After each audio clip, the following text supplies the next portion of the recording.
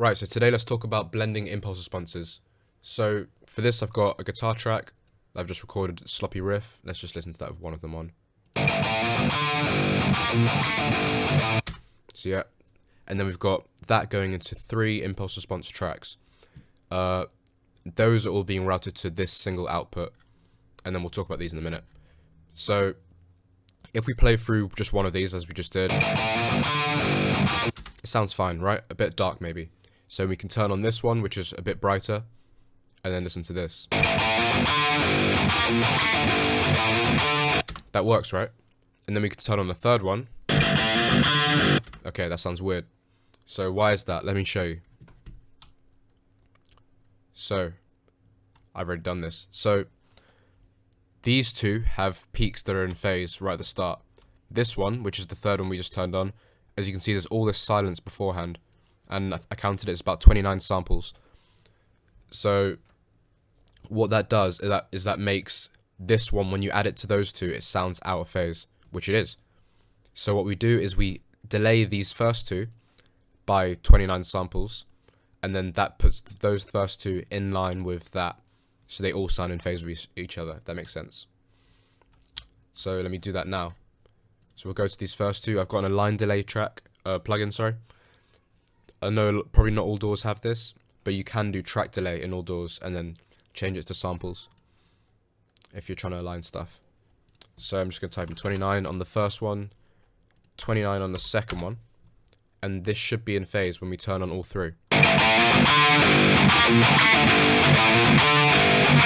sounds pretty good, right? I'm going to turn down a bit of the third one, maybe -8, and a bit of the first one, because the first one's a bit honky.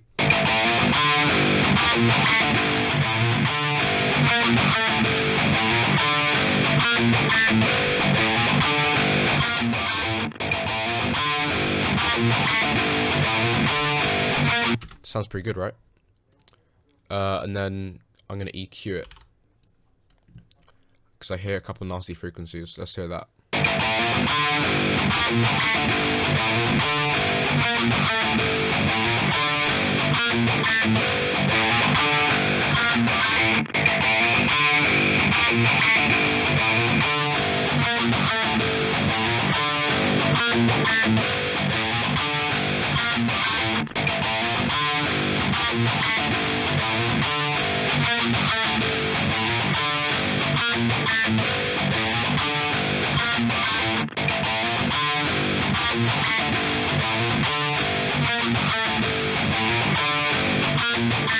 That sounds a bit cleaner to me.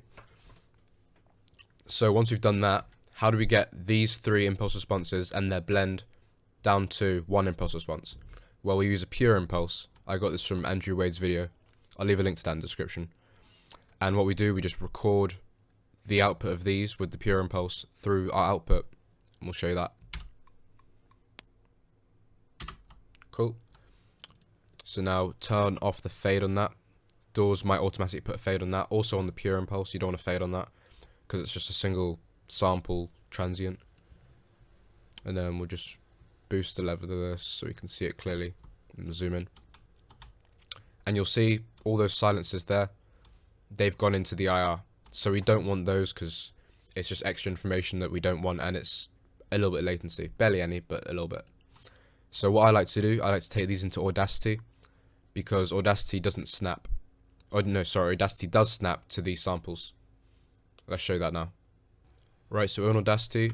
Let's just zoom in on the start of this, and you can see there's all this useless information. So what I'm going to go for is maybe about here, and I'm just going to go all the way back, delete. And the audio has already been normalized, but you can click on it, go effect, normalize, and just normalize it to 0. This one's already been normalized.